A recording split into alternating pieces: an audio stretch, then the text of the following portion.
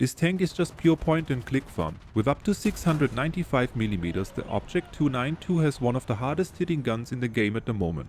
Even the DM53 shell of the German Leopards at 11.7 has less penetration value, and the Object 292 is currently comfortably sitting at 10.0 for realistic battles, which is crazy in my opinion. Even when we consider that the Object 292 has no machine gun, no smoke grenades, no thermals, and so on, even then the gun is just too strong. I haven't had a match where I struggled to pen an enemy from the front, even at 11.7. I am curious what they will do to nerf it, but for now let's talk about my first impression and how I recommend to play it. Welcome to my new video.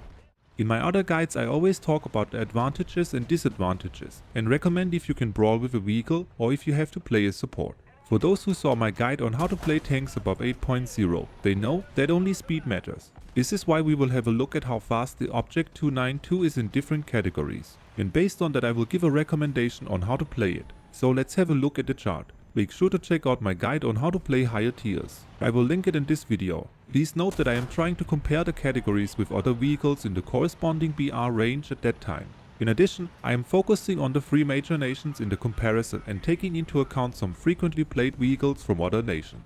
Let's start with mobility. This tank has a forward speed of up to 68 km per hour and a reverse speed of 11 km per hour. The forward speed is average, so when you want to get to some critical positions to flank, the enemy already might have an eye on their positions. However, it is enough to stick to your team and relocate if needed. The reverse speed is good and can help you to peek and boom or get back into cover. That's why I rate it slightly above average. Can you detect enemies fast?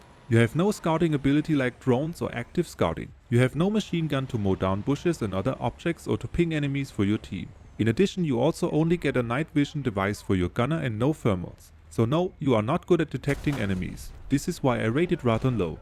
How fast can you get your aim on the target? Like all other tanks at that BR you have a laser rangefinder, a stabilizer and a good magnification. However, the turret's rotation speed of 20 degrees per second is below average. But you want to consider that you don't have to aim for weak spots with this gun. So I rate the aiming category as average. Time to kill. In this category we want to compare the reload speed, the penetration value and the damage after penetration. The Object 292 comes with an autoloader and 10 seconds of reload.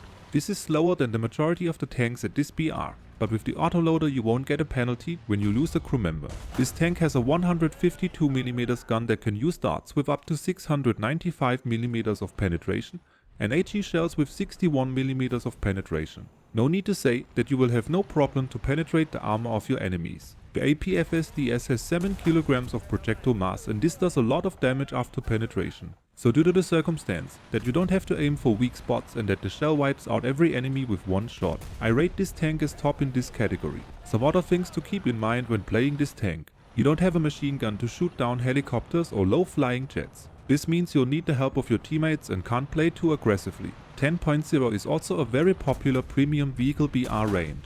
This means you might face a lot of one death levers and find yourself alone at the front after a few seconds. So overall I rate the Object 292 slightly above average when it comes to how fast it can do things. However, the gun is still too good for 10.0 in my opinion. Now what does that mean for the playstyle of this tank?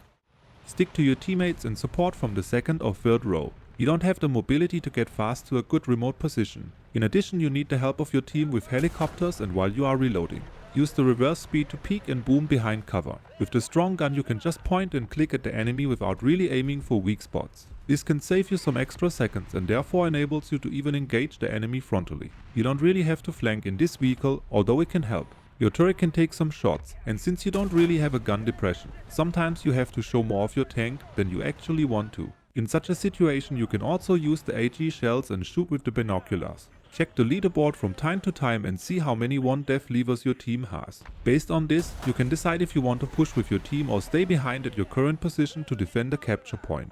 Hopefully some teammates will catch up again. To make it short, at some point you need the help of your teammates. Fighting helicopters, detecting enemies and so on. So stick to them and focus on the capture points. With the strong gun and good mobility you can peek and boom and you don't have to find a position to shoot on the side of the enemy. Make sure to check out my guide on how I recommend to play tanks above 8.0 for more tips. I hope I was able to give you a first impression of this tank and some tips on how I play it. Like, subscribe and leave a comment if you want to, and check out my Discord server for more information and to connect with other players. Hope to see you in game soon.